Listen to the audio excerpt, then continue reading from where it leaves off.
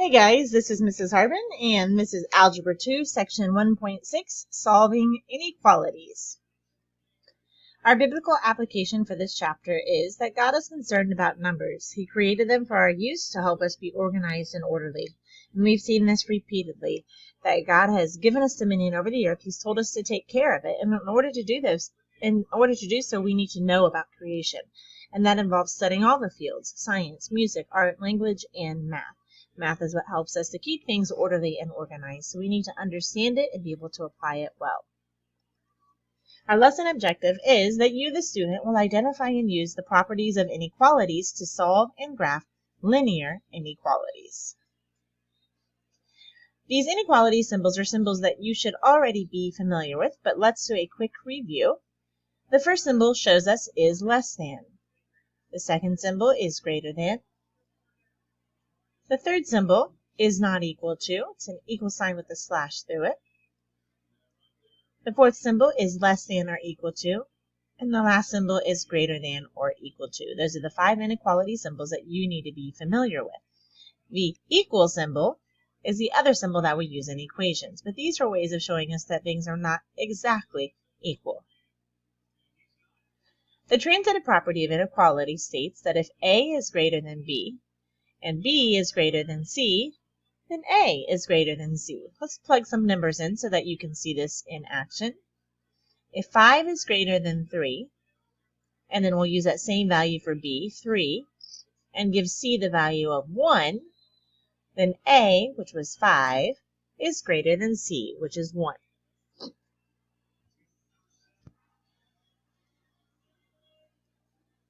This is also true for less than or equal to, and greater than or equal to. Let's try it for less than. If 1 is less than 3, and 3 is less than 5, then 1 is less than 5.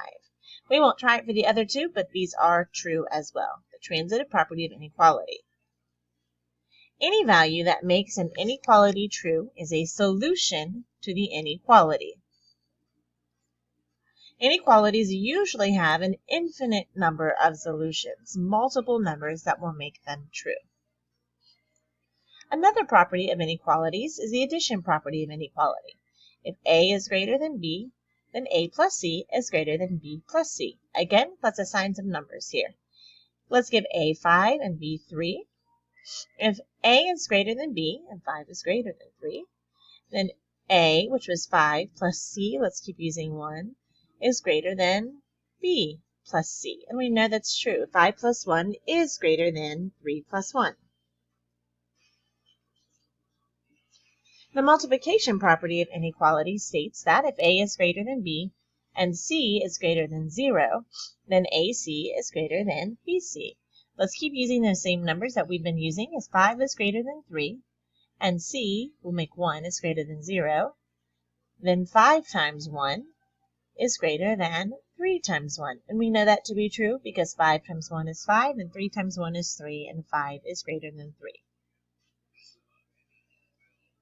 If A is greater than B and C is less than 0, then AC is less than BC. Okay, let's try this again. Let's take A is 5, B is 3, but this time let's make our C negative 1, because negative 1 is less than 0. 5 times negative 1 is less than 3 times negative 1, and we know that is true. Negative 5 is less than negative 3. Let's take a look at an example. Solve 4x plus 12 is less than 8 and graph the solution set. Well, we're going to follow the same steps that we follow when we solve an equation that is equal. This time, we're just using the less than symbol, but all the steps pretty much are the same. We'll talk about some exceptions here in a little bit. We have 4x plus 12 is less than 8. We're going to subtract 12 from both sides, because we want to cancel the 12 on one side here. These will cancel out, and we can combine our like terms and get 4x is less than negative 4. Well, we need to get that 4 and that x separated. Right now they're being multiplied. In the inverse operation of multiplication is division, so let's divide both sides by 4. and we get x is less than negative 1. Now, not only do we need to come up with a solution, we also need to graph the solution set. So on a number line, this is what it would look like. We circle where it's less than. In this case, it's less than negative 1. And less than goes to the left. Less than goes to the left. Kind of like this is an arrow and this is the direction that it's pointing. So we color that in all along our number line and show that it continues for infinity. When multiplying or dividing both sides of an inequality by a negative number, there is one small thing we have to do. We must reverse the inequality sign. When we multiply or divide by a negative number only, we have to reverse the inequality sign. All right, let's take a look at this example. Okay, the first thing that we need to do is use the distributive property. And then we need to combine our x's on one side and our constants on the other. We end up with negative 5x is greater than or equal to negative 10. We do have to divide by negative 5 to get the x by itself. And because we're dividing by a negative, we've got to reverse that sign. Let's see what that looks like. Our sign flips, and now we have x equals 2. X is less than or equal to 2. Okay, on the solution set, we would put our number line. Notice this time, our circle at 2 is filled in. That's because it's kind of like a closed hand. It includes that 2. Earlier it was open because it didn't include the number, but now it's included. We want to hold on to it, so we're going to close that circle on the 2. This is less than, so it is going to go to the left, this arrow, this line that we draw.